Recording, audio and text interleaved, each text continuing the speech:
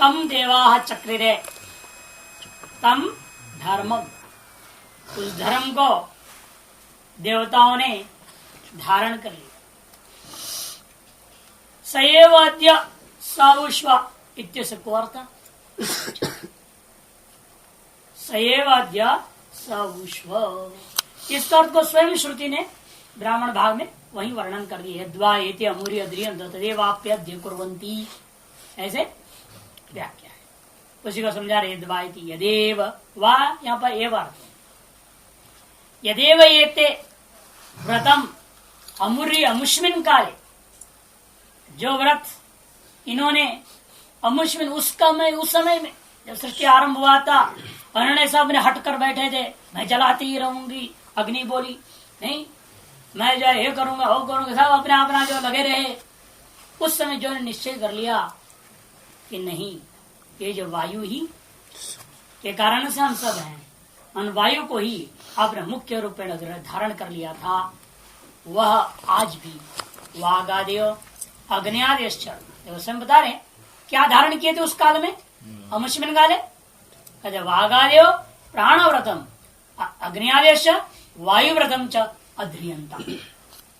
उस काल में वागादियों ने प्राण को जो है उपासना करने का, प्राण को ही धारण करने का नियम कर लिए थे, और अग्नि आदियों ने वायु के व्रत वायु को ही जो है अपना धर्म रूपेण धारण करने का निर्णय लिए थे।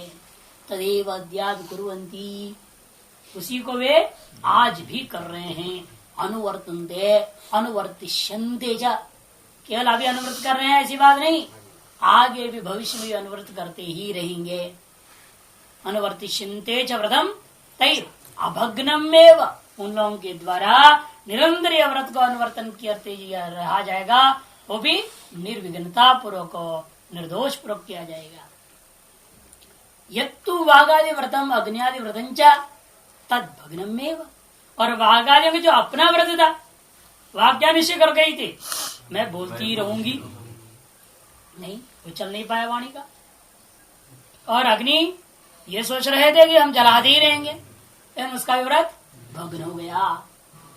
तद भग्नमेव तेषाम अस्तमन काले स्वावकाले च वायो प्राणी च निम्लुक्ति दर्शना, क्यों हेतु मूल में दिया है, तस्मात् एकमेव व्रतम चरेत, प्राणाचरण है तो उससे पहले कहते, इसलिए क्या हुआ, तेषाम अस्तमन काले, कौन अग्नि आदि नाम, अग्नि सूर्य आदि जब अस्त को प्राप्त होते हैं तो वायु निम्लुक्ति दर्शनात्, वायु में लीन होता हुआ दिखाई देता है। स्वावकाले च, स्वावकाल में किन की लेना, वागादियों का, इनको जो है प्राणे च निम्लुक्ति दर्शनात्, प्राण में लीन होता हुआ देखने को मिलता है, ऐसा अनुभव कर लेना है। अथैतद अन्यत्रोक्ताम, इस विषय में अन्यत्र और अन्य उपनिषद में स्पष्ट बोला गया है।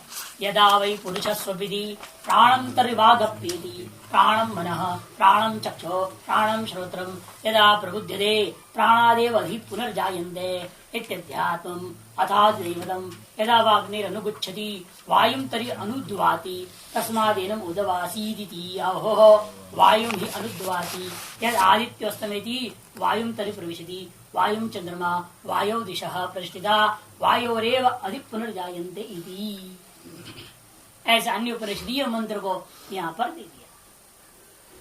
जब यह पुरुष सोता है, प्राणम तर्वागप्येति, यह वाणी उस समय प्राण में लीन हो जाती है, मन भी प्राण में लय हो जाता है, चक्षु भी प्राण में लय हो जाता है, श्रोत्र भी प्राण में लय हो जाता है।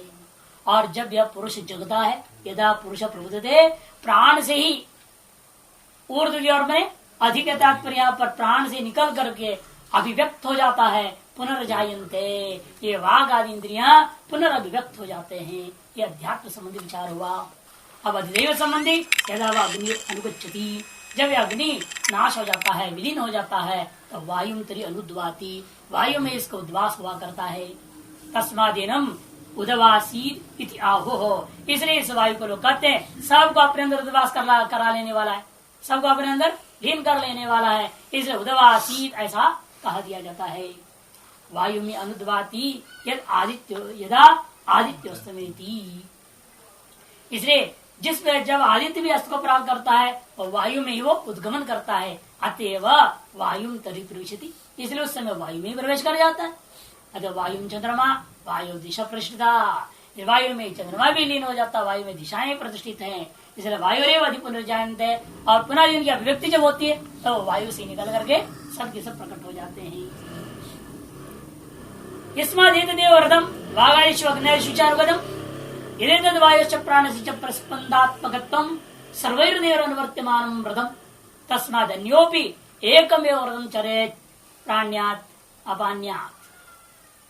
यस्मात् जिसलिए एतदेव व्रतम वागादिषु अग्नेषु, यही व्रत वागादियों में और अग्नियादियों में अनुगत है। क्या यदि वायुश्च प्राणश्च परिस्पंदात्मकत्वं, जो वायु और प्राण का परिस्पंदात्मक व्रत है, परिस्पंदात्मक जो निरंतर जो चलनात्मकता जो दिख रहा है, यही एक तरह से व्रत के समान नियम है, नियमित रूप से चल रहे व्रताओं में नियम। व्रत का मतलब क्या? नियम। नियम या क्या है? चलते रहने का नियम। वायु में और प्राण में चलनात्मकत्व उनके अपने स्वभावगत धर्म विशेष है और कभी नहीं मिटता। बाकी सबके जो धर्म विशेष थे, बोलना चालना वगैरह, सब शराब को प्राप्त कर गए, थकान को प्राप्त होकर मिट गए, या दौड़ते रहने का अस्ताचल को प्राप्त कर गए सूर्य। इस प्रकार के सभी का अपना अपना क्रियाकलाप क्या तो स्वाभाविक जो माना जाता है वह कहीं न कहीं जाकर नष्ट हो जाता था, पुनर्व्यक्त हो जाता था। अनव्यक्त और अभिव्यक्त दशाओं को प्राप्त हो रहा है। लेकिन वायु का और प्राण की जो चलनात्मकता रूपी जो स्वाभाविक धर्म है इनका अपना, इनका कभी भी लय नहीं होता, नियमित रूप से चल रहे और चलते ही रहेंगे। इसलिए इसको कह दिया व्रतम, सर्वैर देवैर अनुवर्त्यमानं व्रतम, और वही एकमात्र ऐसा व्रत है जो सकल देवताओं के द्वारा भी अनुवर्त्यमान है। यदि वायु और प्राण को छोड़ दें, कहा जाए, वो भी मर जाएंगे। इसलिए वो भी सब अपने अंदर परिवर्तन किए हुए इस चीज को निरंतर, जिसलिए देवता लोग भी ऐसा कर रहे हैं, निरंतर प्राण और वायु का ध्यान रखे रहते हैं। समष्टि में वायु, विष्णु में प्राण का ही ध्यान किया करते हैं, उपासना किया करते हैं, चिंतन किया करते हैं। तस्माद अन्यो भी, इसी प्रकार अन्य भी जो कोई भी उपासक मनुष्य आदि वे भी क्या करें? एकम एव व्रतम चरेत, एक ही व्रत का आचरण करे। आप क्या व्रत? किंतु प्राण्यात् प्राण व्यापारम कुर्यात्, अपान्यात् अपान व्यापारं च कुर्यात्। आप प्राणन क्रिया करें और अपानन क्रिया करते रहें। ये क्या आपने कर दिया? ये तो हो ही रहा है? करने की क्या जरूरत है? हाँ, ठीक कह रहे हो तो रहा है, सभी में होते रहता है, लेकिन होने से कोई फायदा नहीं, होते रहने से कोई फायदा नहीं। फायदा इस होने होता हुआ चीज का फायदा उठाइए ना आप। हो तो रहा है, लेकिन होता हुआ उस कार्य का, उस क्रियाकलाप का लाभ क्या उठा रहे हो आप, वो देखना है हमें। लाभ तब उठा सकते हैं जब आप इसकी उपासना है कि नहीं? जैसे है ना, बहती गंगा में आनंद ले लो, जब जा ही रही है, चलते चलते अपना प्रणाम कर गए, नहीं बस बैठे बैठे तो इतना तो कर ही लिया, लाभ तो उठा लिया ना। मंदिर का दर्शन हुआ गाड़ी से तो प्रणाम कर लिया आपने, ऐसे यहाँ लाभ उठाइए तो जो हो ही रहा है। होता हुआ से भी लाभ उठा लेना है, वो लाभ उठाने ही यहाँ पर व्रत है, वही उपासना है, वही कार्य करो, प्राण करो। मैंने करो का मतलब होता हुआ का ध्यान दो, वही है अजपा सोहम, यही ध्यान दो, यही उपासना। नहीं प्राणन व्यापार अपानन व्यापार से प्राणन अपानन लक्षण से उपरमो अस्ति, क्योंकि प्राणन और अपानन व्यापार जो कि प्राण और अपानन रूपा है उसका कभी उपराम नहीं होता। बाकी किसी भी इंद्रियों के व्यापार पर यदि आप ध्यान करेंगे, चेष्टा करोगे, उपासना करोगे, चेष्टा करोगे, वो तो कभी न कभी खत्म हो जाता। आप जैसी इंद्रियां, आप बैठे हुए आंख खोल के बैठे हुए करे, जो इंद्रियां हमारी चक्षु जो जो देखते जाएगा उस सबको मैं साक्षी भाव से देखते रहूंगा। देखने दो, आंख को आ रहा है जा रहा है, चीज सामने देख रहा है, और फिर अपना तटस्थ है। कब तक ये उपासना कब तक चलेगी आपकी गाड़ी? ठप, आंख थक जाता है, बंद होता है, देखना बंद कर दिया, तुम्हारी उपासना टूट गई। प्रत्येकता ध्यान कहाँ रहा? नहीं बन सकता। और प्राण ऐसा है, आंख बंद हो रहे आंख खुला रखो, चलते रहने वाला चीज है, निरंतर चलते ही रहेगा। 24 घंटा भी आप उस पर ध्यान कर सकते हैं। आपके पास निरंतर सोने की जरूरत ही क्या, सोना ही नहीं है इसमें। हाँ, और यदि आप श्वास पर ध्यान करते करते करते सो जाएंगे ना, मन श्वास पर टिका रहता है। आप देख लो, मन की विचित्र स्वभाव है। आप जिसकी चिंतन करते हुए सोइए, आप जगेंगे ना, आप जब वही चिंतन चालू रहेगा। बीच में सो गए हैं आप, मन भी आपका एहसास नहीं करेगा मैं सोच रहा हूँ, मन सोचते रहता है, अपना बैटरी से चलती रहती है सीरियल। आपने जो दे रखा है उसको लेके अपना काम कर रहा है, लेकिन आप सो भी रहे तो लीन हो गया, सुषुप्ति में तो लीन हो जाता है। नहीं, वो गाढ़ सुषुप्ति में लीन होता है वास्तव में, साधारण सुषुप्ति में नहीं। साधारण सुषुप्ति में लय नहीं होता पूर्ण रूप में, गाढ़ सुषुप्ति में लय होता है। और गाढ़ सुषुप्ति होती कितने देर तक, 15-20 मिनट से ज्यादा नहीं होता। आप जो 6 घंटा सोते हो उसे 15-20 मिनट मुश्किल से गाढ़ सुषुप्ति होती है असली है। तो हुआ ही, हाँ, वो होने उससे कोई दिक्कत नहीं, वो भी उसमें मन उसमें लीन होकर रहेगा। श्वास में लीन हो रहा है ना। एक होता है पूर्तित नाड़ी में लीन हो गया, अज्ञान पूर्वक लय, वह एक अलग चीज है। और ज्ञान रूपा से करते करते वायु में लीन हो गया, प्राण में लीन हो जाए, वो खराब नहीं है। प्राण में तो लीन हुआ, अपने उपास्य में उपासक एकीभूत हो गया, तो अच्छा बात हुआ कि खराब हुआ। आप अज्ञान में अविद्या में लीन होते हैं। यदि आप इसका चिंतन न करते हुए सो जाओगे तो कहां लय होगा मन, अविद्या में। और अब लय कहां हो रहा है, प्राण, जो हमारा प्राणम मनः, वो वास्तव में घटे, वो वास्तव में उसमें आप गाढ़ से रहते हुए भी उपास्य और उपासक की एकता के कारण से उसमें उपासना चल रही है। इतना ही अंतर है, पहले उपास्य उपासक भेदपूर्वक उपासना चल रहा है, बाद उपास्य उपासक एक ही भूत होकर उपासना होता है। इतना दिन तब भी होते ही रहता है, इस प्रकार निरंतर होते रहेगा यदि इस पर हम ध्यान देते हैं। इसे समाधि में हम नहीं है, ये बात नहीं। समाधि में ध्याता और ध्येय एक हो गया। इसका देखिए, ध्याता नहीं है, ध्येय भी नहीं है, ये बात नहीं। ध्याता ध्येय एक हो गए हैं। पहले भेद पूर्वक ध्यान था, अब अभेद पूर्वक ध्यान हो रहा है। ध्यान तो अब भी हो रहा है, तब भी हो रहा है। ध्यान और समाधि अलग चीज नहीं है। हम अलग जो अंग बोल रहे हैं इसलिए कि जब भेद पूर्वक ध्यान रहता है उसका नाम हमने ध्यान से ही कह दिया, और अभेद पूर्वक जब ध्यान होने लगता है उसका नाम ध्यान नहीं रखा, समाधि नाम रखा। अंतर इतना ही है। अज्ञान का कार्य होने दो, लेकिन प्राण में मन लय हुआ कि नहीं हुआ, वो हमें इंपॉर्टेंट है।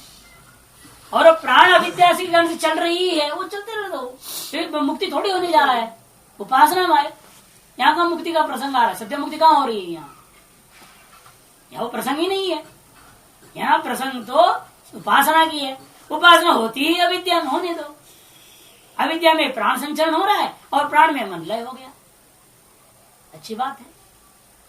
ये होना ही उत्कृष्ट उपासना है। तो अविद्या में लय होता है ना, अविद्या में प्राण में लय हो रहा है ना, ये हो रहा है ही उसमें। अविद्या का ही कार्य है सब कुछ। लय क्या होना है, जब है घट में, जब विद्यमान है बोलोगे तभी कहाँ है, मिट्टी में ही है। जब लय हो गया, जब बोले हमें नहीं दिख रहा है, तब कहाँ है, तभी मिट्टी में ही है।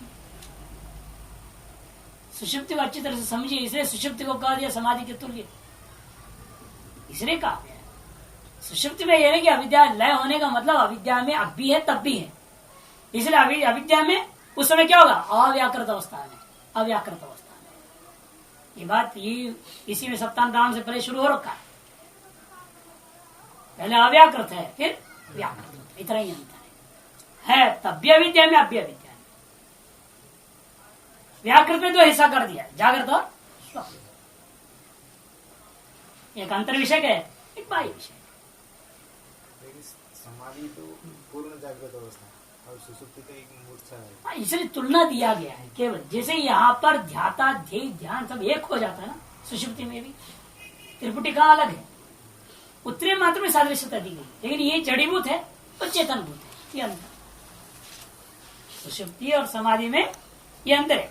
सुषुप्ति एक जड़ात्मक प्रधानता है, जड़ता यहाँ प्रधान है, अहम तो है, चेतन तो है, ये मैं नहीं हूं ये तो नहीं कहता ना कोई सुषुप्ति में, है ये वहां हम चेतन है, लेकिन जड़ प्रधान है ये, और समाधि में चेतन प्रधान, इधर अंतर है।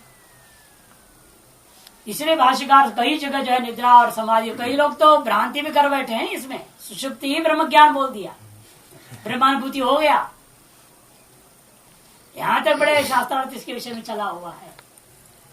इसे खंडन आप देखते हो, वार्तिक भामति समालोचनम नाम का पुस्तक है, वार्तिक भामति समालोचनम।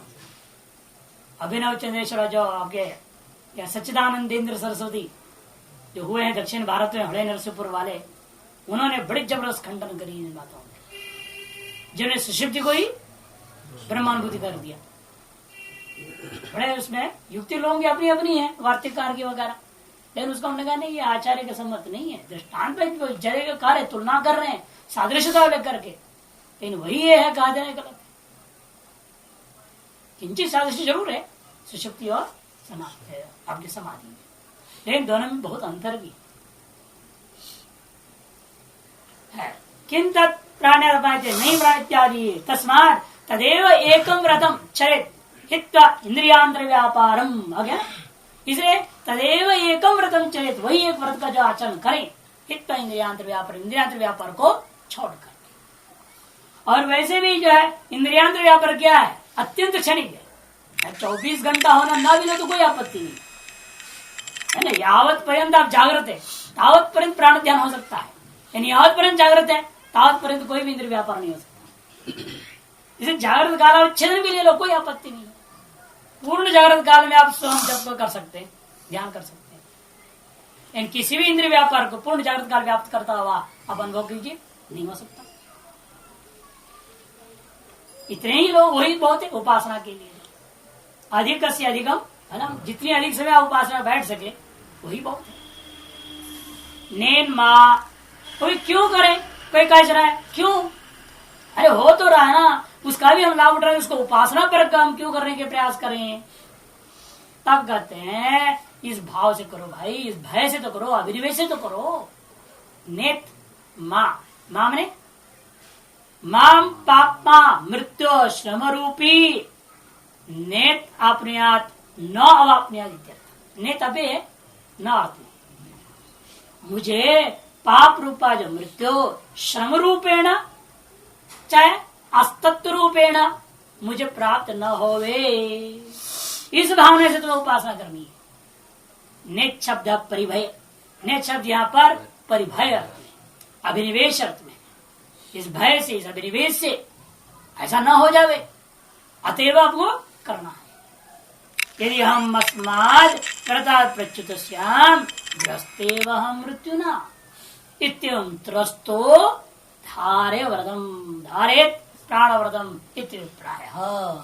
ये अभिप्राय श्रुति का कि मान लो यदि मैं इस व्रत को धारण नहीं करता, यदि हम अस्माद व्रतात् प्रच्युतस्याम, यदि इस व्रत से मैं प्रच्युत हो जाता तो ग्रस्त एवं मृत्युना, मैं अवश्य मृत्यु से ग्रस्त हो जाऊंगा। इस प्रकार से त्रस्त मन वाला होता हुआ, भयभीत मन वाला होता हुआ प्राण व्रत को धारण करनी चाहिए, यह इसका अभिप्राय है। टिप्पणी कुछ अशुद्ध पाठ है, देखिए 2 नंबर इकट्ठे छाप दिया और कुछ अशुद्धि नहीं है। वागाद्य आसंगवत एक पद है, स अलग पद है, माम अलग पद, अलग अलग दिया इसमें नहीं, एक ही छाप देते हैं। वत्स माम ऐसा हो जाएगा तो बछड़ा कहां से लाएंगे, वागाद्यासंग वत्स वत्समाम, तो कोई पद ही नहीं बनता, जमता नहीं। वो एक्चुअली ऐसा है, वागाद्यासंगवत स माम पाप, जैसे वागादियों में आसंग हो गया ना, किसका, पाप का, मृत्यु का, श्रम रूपेण, उस प्रकार से समृत्यु श्रम रूपी मृत्यु माम है ना, स पापमा आसुरा के साथ अन्वय करो। देखो दूर दूर छाप दिए, व्यवच्छेद करना, ये गड़बड़ छपाया पूरा का पूरा, कोई श्रुति तो है नहीं, क्या टिप्पणकार का अपना वाक्य ना, सही होना चाहिए वाक्य, वैसे वाक्य थोड़ी लिखी जाती है। स यहाँ लिख दी, पाप में आगे, असुर और आगे, बीच में माम और प्राप्त कर दिया, ऐसा होना चाहिए वाक्य वास्तव में। स पापमा आसुर माम प्राप्त वागाद्यासंगवत इत्येवं अभिसंधि सन। वह पापमा रूपा जो आसुर मृत्यु है, श्रम रूपी हो या अस्तु रूपी हो, वह मुझे प्राप्त हो जाएगा, जैसे वागादियों को प्राप्त किया संग हो गया था। वह इस प्रकार के अभिसंधि सन विद्वान प्राण वृदंचरेत, इस प्रकार की अभिसंधि निश्चय वाला होकर के तो वो न हो, ये तदर्थ आपको प्राण धारण करना चाहिए। यदि कदाचित उच्चरित प्रारवेता, और मान लो आपने कभी यह व्रत को आरंभ कर ही दिया, तो करके तुरंत छोड़ना नहीं है, बीच में छोड़ना नहीं। जब तक इस उपासना का फलभूत अलग हिरण्यगर्भ अनुभूति नहीं होती, तब तक करना है। इसे कहते हैं यदि कदाचित उच्चरित प्रारवेद, यदि आपने कभी इस प्राणव्रत को आरंभ कर ही दिया, प्राणव्रतम समापित समापयितुम इच्छे, समाप्त करने की इच्छा जरूर करें। यदि अस्मात् व्रताद ऊपर में प्राण परिभूत स्याद देवाश्च, यदि मान लो अपने बीच में इस व्रत से प्रारंभ कर लोगे, निश्चित आप प्राण से परिभूत हो जाओगे, आपका प्राण परिभव को प्राप्त हो जाएगा, अर्थात मृत्यु का अनुभव जरूर करेगा। यथा देवाश्च तस्मात् तत्समापे देव, इसीलिए अवश्य व्रत का समापन करना ही चाहिए। एक सामान्य विधि है, कोई भी व्रत हो, कहने का तात्पर्य है चाहे प्राण व्रत हो, चाहे अन्य लौकिक व्रतों को भी जो भी आप करते हो, उसके लिए सामान्य श्रुति विधान कर दिया, किसी भी व्रत को आप आरंभ करोगे अवश्य उसको समाप्त करनी ही चाहिए। यावत समाप्ति पर्यंत असति बाधक है, वो एक अलग बात है, वही अत्यंत प्रतिबंधक आगे क्या करें। अब दवाई के साथ दवाई तो खानी पड़ेगी। अब बुखार इतना 104 105 चढ़ा हुआ है, और कहोगे कि ये एकादशी है, हम तो पानी के साथ दूसरा नहीं लेंगे, तो मरोगे क्या एकादशी करते करते। अब जो हटी होते हो तो मर भी जाने को तैयार है, देखेंगे क्या होगा, परमात्मा बचाएगा तो बचाएंगे, तो मर जाएंगे व्रत करते।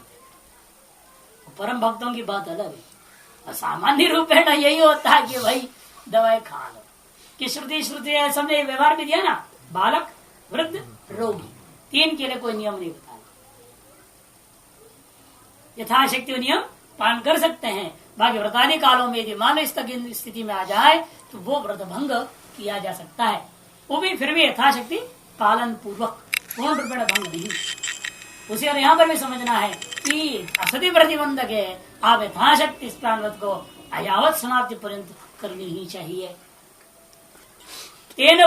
तेन अनेन व्रतेन, इस व्रत के द्वारा प्राणात्म प्रतिपत्तिया, है ना, प्राणात्मा की प्रतिपत्ति के द्वारा ही, हिरण्यगर्भ स्वरूप की प्रतिपत्ति के द्वारा सर्वभूतेष वागादिश्च मदात्मका एवं, ऐसा अभिमान करना है। देखो सभी भूतों में जो वागादि हैं और सभी चराचरों में जो अग्नि हैं, वो क्या है, वो मदात्मका एवं अहमेव प्राणात्मा सर्वस्पंद कृद्ध, ऐसा अभिमान करना है। मैं ही प्राण रूपा हूँ, सकल जीवों के अंदर परिस्पंद को करता हुआ प्राण स्वरूप मैं ही हूँ, ऐसे उपासना। एवं तेन अनेन व्रत धारणेन, इस प्रकार से इस व्रत के धारण के द्वारा एतस्य एव प्राण देवतायाः, एतादृश व्रत को धारण करते हुए आजीवन उसने निपटाया है, ये याद फलानुभूति हुई तब तक उसने किया है। अतएव मरने के पश्चात वह उपासक इस प्राण देवता के साथ सायुज्यम मैंने संयुक्त भावम एकात्मत्वम एव, वो सायुज्यता मतलब वो तो देवता ही हो जाएगा। सलोकताम समान लोकताम, वाह, एक स्थान एक लोक के निवासी हो जाए, तब देवता जिस लोक में रह रहे हैं उसी लोक का निवासी हो जाएगा। ऐसे कैसे तो फल होगा भाई, वो देवता भी हो जाएगा, उस लोग के निवासी भी हो जाएगा, डबल काम कैसे हो सकता है। भाष्यकार कहते हैं विज्ञान मान्य अपेक्षा में तज्जयति प्राप्नोति थी, विज्ञान की मान्यता की अपेक्षा से, विज्ञान में उपासना में कमी के कारण से सलोक हो जाएगा, और विज्ञान परिपूर्ण है तो वो सायुज्य को प्राप्त कर जाएगा। जयति का अर्थ कर दिया प्राप्त। इस प्रकार से सप्तान्न ब्राह्मण भी पूरा हो गया, और अब उपसंहार ब्राह्मण आरंभ होता है। पूर्व पर संबंध भाषाकार बहुत सुंदर जोड़ रहे हैं, ये पूरा प्रकरण आप जानते हैं, तीनों ब्राह्मण जो आपने पढ़ा है, चौथा, पांचवा और ये छठा, ये सब कुछ वैराग्य शुरू में आ चुका है। ये संसार का वर्णन किया जा रहा है और बीच में अविद्या सूत्र और विद्या सूत्र आपने पढ़ा था 147, 1-4-10 में। उन सूत्रों को जान के गूंथ दिया गया आपको लक्ष्य का बोध कराने में। तो लक्ष्य ये है और बाकी जो वर्णन किया जा रहा है संसार, इसे तुम्हें वैराग्य प्राप्त करना है। इसलिए 1-4, 1-4, 1-5, 1-6, चौथा, पांचवा और छठा, ये तीनों ब्राह्मणों को आपस में दे रहे हैं। यदि तक अविद्या विषक्तन प्रस्तुतम साध्य साधन लक्षणम व्याकृतम जगत प्राणात् प्राप्त्यंत उत्कर्षवदपि फलम। यद्यपि इसका फल क्या है? जगत के अंदर प्राणात्म भाव की प्राप्ति पर्यंत फल है, साक्षात हिरण्यगर्भ तक का फल है। इसमें अविद्या विषयत्वेन प्रस्तुत है साध्य साधन रूपा व्याकृत जगत है। प्राणात्म प्राप्त्यंत उत्कर्ष वाला फल रूपा यह जगत है।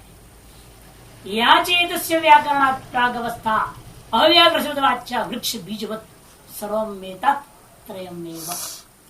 इसीलिए जो पूर्व में एतस्य व्याकरणात् प्राक अवस्था अव्याकृत शब्द वाच्या या वृक्ष बीजवत, जो इस जगत की व्युत्पत्ति व्याकरण से पूर्व काल में अवस्था थी, जिसको अव्याकृत शब्द से आरंभ किया हुआ कहा गया था, जो वृक्ष के बीज के समान अवस्था थी, वह अवस्था से लेकर यहाँ तक जो व्याकृत जगत के अंतर्गत हिरण्यगर्भ फल प्राप्ति पर्यंत की सारी चीजें जो चीजें हैं, वह सारा का सारा चीज को आप 3 में डाल सकते हैं। सर्वमेतत् त्रयमेव। किम तत्त्रयम् इत्युच्यते, उसी को इस मंत्र से बताने जा रहे हैं। त्रयम् वाइदम् नाम रूपम कर्म तेषां नाम्नां वागित्येतद् एषाम् उक्तम् अतो हि सर्वाणि नामानि उत्तिष्ठन्ति एतदेषागं साम एतद्धि सर्वैर्नाभिः समम् एतद्देषां ब्रह्म एतद्य सर्वाणि नामानि बिभर्ति।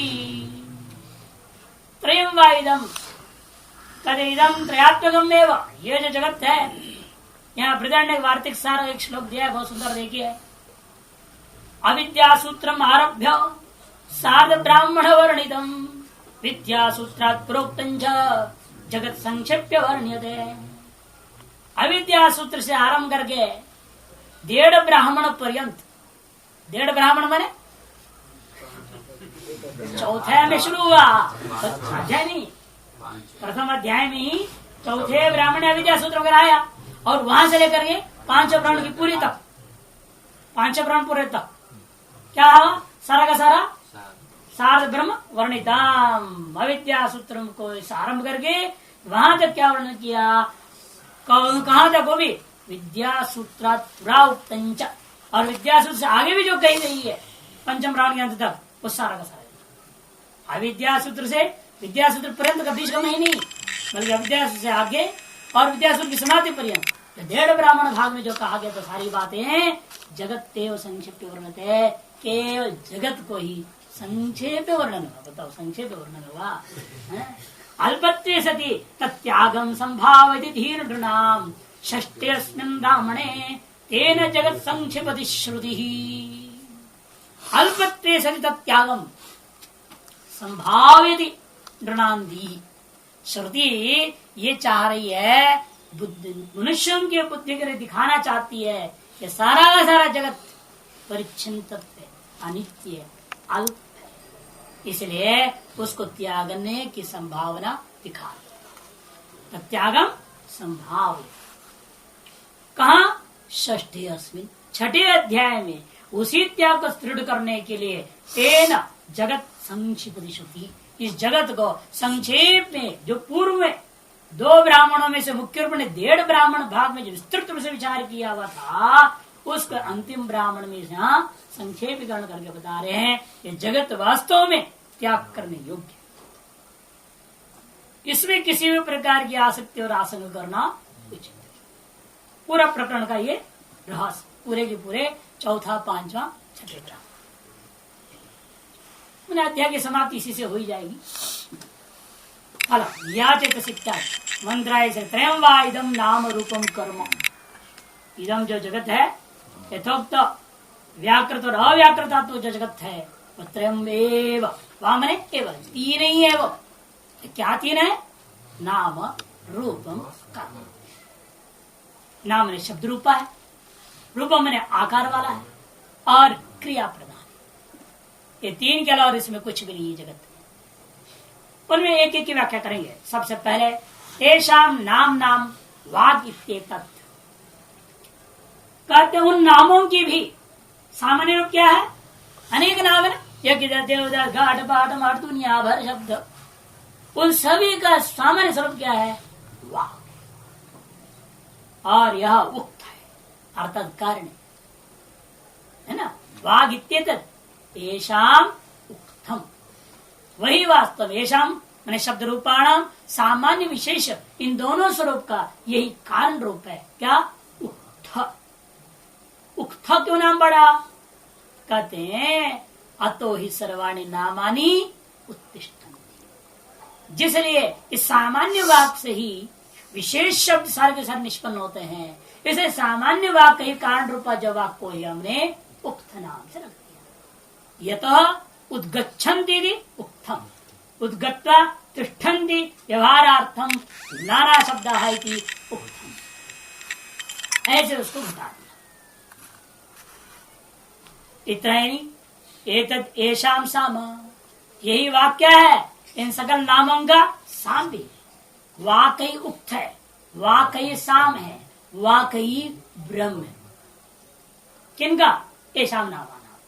ये जो अनंत नाम जगत में व्याकृत जगत में आप अनुभव कर रहे हो, इन समस्त नामों का कारण स्वरूप क्या? वाक सामान्य है। और वो सामान्य रूपा वाक क्या है? वही उक्त है, वही साम है, वही ब्रह्म है। उसका नाम उक्त क्यों पड़ा? क्योंकि उसी से सब निकलते हैं, जितना है विशेष वह सामान्य से निकलते हैं, इसलिए उसका नाम उक्त हो गया। उसका नाम समा साम क्यों पड़ा? सम एव साम। सम या वो साम नहीं है जो सामवेद का समत्वम एवं सामत्वम, सकल विशेषों में समरूपेण व्याप्त होने के नाते इसका नाम साम। और आगे लग रहे हैं एतद्धि सर्वैर नाभवीर समम, क्योंकि वाक जो है सामान्य रूप है वही सकल नामों के साथ समरूपेण व्याप्त है। और यही वाक क्या है? तदेवाक येषाम ब्रह्म, इन सकल नामों का ब्रह्म। नाम ब्रह्म कैसे हो गया? वाक ब्रह्म कैसे हो गया? कहते एतद्धि सर्वाणि नामानि विभर्ति, कि ये सामान्य जो वाक है ना यही अपने अंदर, क्योंकि विशेष कहाँ रहता है? सामान्य। इसलिए समस्त नाम रूपा जो विशेषों को वाक जो ना अपने सामान्य रूप में धारण किया हुआ है, अतः उसका नाम ब्रह्म। धारणात् सर्वधारणात् ब्रह्म, सर्वेषु समत्वात् साम, सर्वोद्गमन कारणत्वात् उक्त। ये तीन गुणों से वाक रूप इस जगत को समझना है। नामात्मक जगत। भाष्य। अच्छा। ओम